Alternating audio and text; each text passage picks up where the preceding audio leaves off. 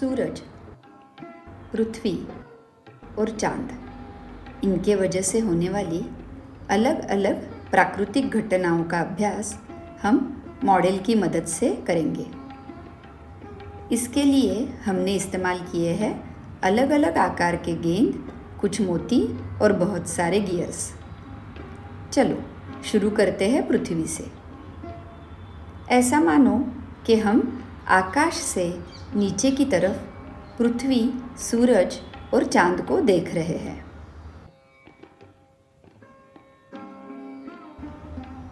पृथ्वी सूरज की परिक्रमा लगाती है।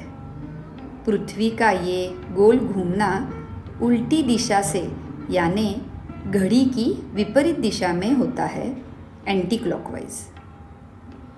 पृथ्वी अपने अक्ष के चारों ओर घूमती है। इसे परिभ्रमण कहते हैं। इसी अक्ष को पृथ्वी का आस यानी एक्सिस कहा जाता है।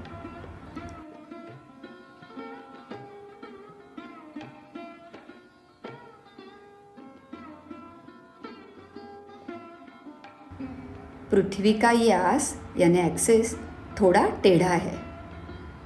वो दक्षिणोत्तर झुक के ध्रुव के अक्ष के ओर 23.5 अंश से अवरोधित है। पृथ्वी खुद के चारों ओर से घड़ी की विपरीत दिशा में घूम रही है, यानी पश्चिम से पूर्व की तरफ। खुद का एक परिभ्रमण पृथ्वी 24 घंटों में पूरा करती है और सूरज की एक परिक्रमा पूरी करने के लिए उससे 365 दिन लगते हैं। इन्हीं 365 दिनों का एक साल बनता है। इन सब के परिणाम स्वरूप पृथ्वी पे गर्मी, सर्दी और बरसात के मौसम बनते हैं। चलो इन सब घटनाओं को समझने के लिए हम कुछ मॉडल बनाते हैं। हमने यहाँ एक सर्कल लिया है। सौर मंडल के चारों बाजुओं में अनगिनत नक्षत्र तारकापुंज है। हमारे पूर्वजों ने इनमें से कुछ तारों के समूहों को चुना और उनको नाम दिए। इसे ही कॉन्स्टिलेशंस कहा जाता है। सूरज और चांद के भ्रमण मार्ग में आने वाले 12 तारका समूहों को हम 12 राशियों के नाम से जानते हैं। इस सर्कल पे हमने 12 भाग बनाए हैं। एक भाग एक राशि, मेष से वृषभ, मिथुन और कर्क। रोज के व्यवहार के अंग्रेजी महीने इस छोटी सी डिस्क पे निकाले हैं, जैसे जनवरी, फरवरी, मार्च। इसका उपयोग हमें मौसमों का अभ्यास करने के लिए होगा। अब अगर हम पृथ्वी को हाथ से घुमाते हैं, उसका आस यानी एक्सिस कैसे टेढ़ा झुका हुआ है, ये बात ध्यान में आती है। ये आस की स्थिति हम बाजू की तरफ से देखें तो ज़्यादा ठीक से दिखाई देती है।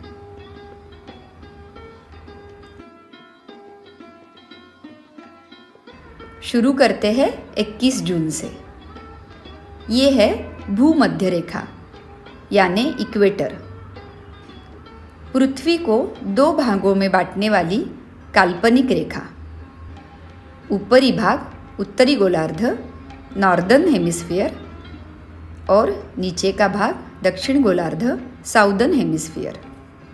उत्तरी गोलार्ध में 21 जून ये साल का सबसे बड़ा दिन।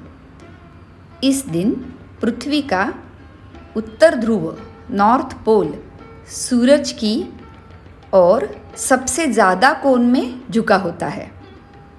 इसी वजह से पृथ्वी पे उत्तरी गोलार्ध में ये दिन सबसे ज़्यादा प्रकाशमय, सबसे लंबा होता है और रात सबसे छोटी। इससे बराबर विपरीत स्थिति इस दिन दक्षिण गोलार्ध में होती है। दिन छोटा तो रात लंबी। 22 सितंबर। इस स्थिति में कौन सा भी गोलार्ध सूरज की ओर झुका नहीं होता है। सूरज भूमध्य रेखा पर स्थित होने की वजह से सब जगह पर 12 घंटे का दिन और 12 घंटे की रात।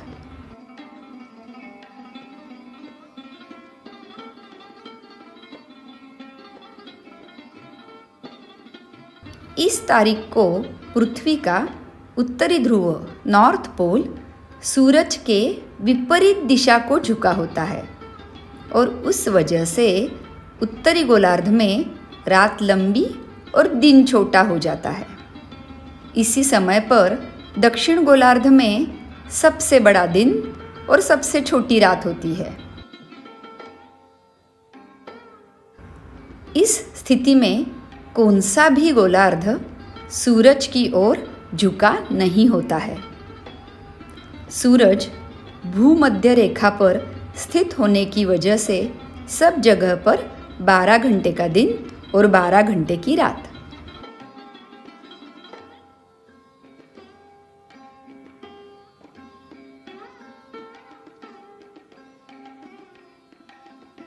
इक्कीस जून से लेके 22 दिसंबर तक सूरज धीरे धीरे दक्षिण की ओर बढ़ता दिखाई देता है और 22 दिसंबर से लेके 21 जून तक वो रोज धीरे धीरे उत्तर की ओर बढ़ता दिखाई देता है। सूरज की इस उत्तर से दक्षिण की ओर होने वाले भ्रमण को दक्षिणायन और दक्षिण से उत्तर की तरफ होने वाले भ्रमण को उत्तरायण कहा जाता है। चांद। ये छोटा सा मोती है हमारा लाडला चांद। चांद पृथ्वी की परिक्रमा यानी गोल चक्कर काटता रहता है और वो और पृथ्वी दोनों मिलके सूरज की परिक्रमा करते रहते हैं। चांद को पृथ्वी की एक परिक्रमा पूरी करने के लिए 27.3 दिन लगते हैं। लेकिन पृथ्वी भी स्थिर नहीं, वो भी सूरज की परिक्रमा कर रही है। इसी वजह से चांद को पृथ्वी की अवकाश में उसी जगह पर आने के लिए 29.5 दिन लगते हैं। चांद स्वयं प्रकाशित नहीं है।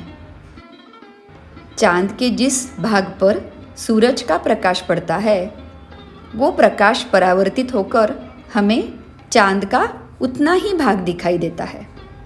चांद परिभ्रमण करता रहता है। उसी वजह से चांद का प्रकाशित भाग अलग अलग आकार में हमें दिखता रहता है। इसे ही चंद्र की कलाएं ल्यूनार फेजेस कहा जाता है।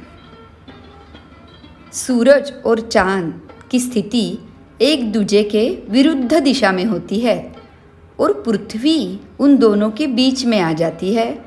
उसी समय चांद पूरा 100% प्रकाशमान दिखता है और इसे ही हम पूर्णिमा कहते हैं।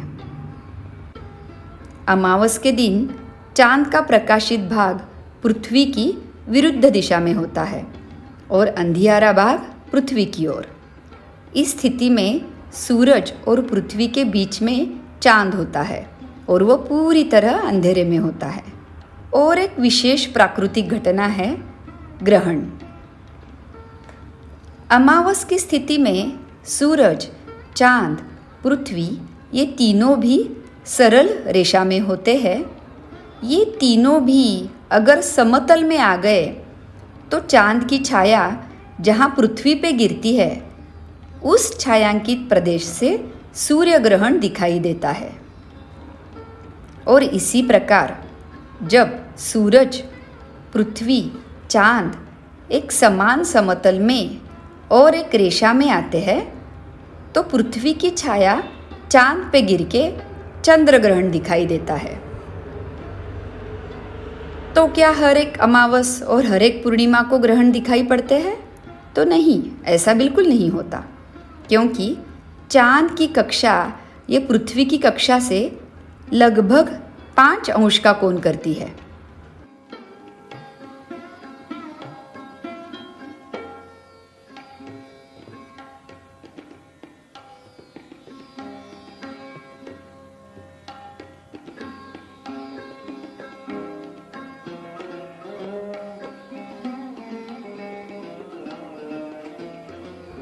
उस वजह से चांद सूरज और पृथ्वी के समतल में नहीं होते हुए कभी ऊपर कभी नीचे की तरफ होता है, और इसी कारण हर एक अमावस और हर एक पूर्णिमा को ग्रहण ये घटना नहीं बनती और वो एक विशेष घटना मालूम पड़ती है।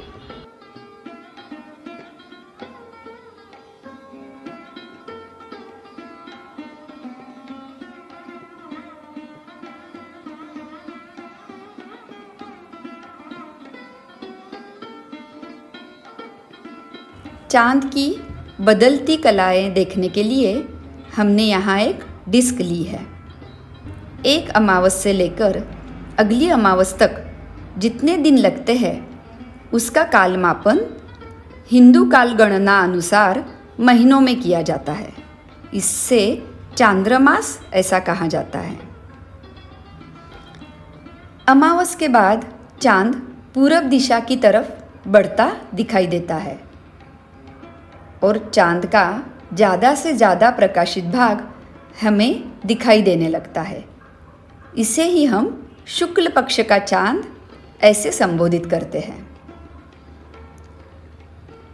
पूर्णिमा के बाद चांद अपनी कक्षा में आगे आगे बढ़ता है और उसकी प्रकाशमानता कम कम होते दिखाई देती है।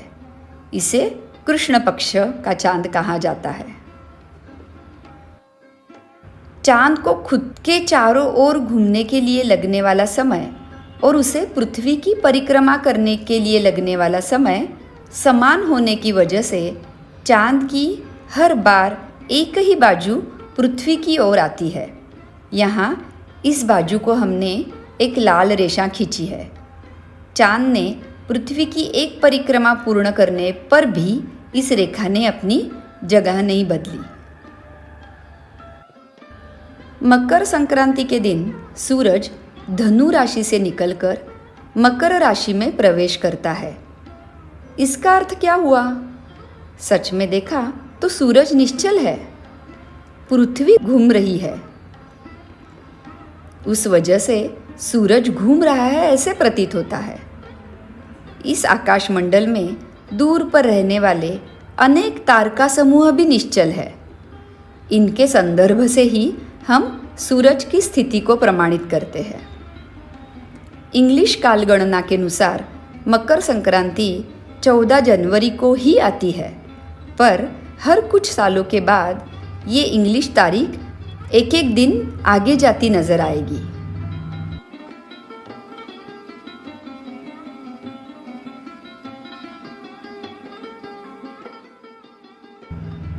अगले वीडियो में हम हिंदू कालगणनानुसार महीने और अधिक का महीना इसके बारे में और जानकारी लेंगे।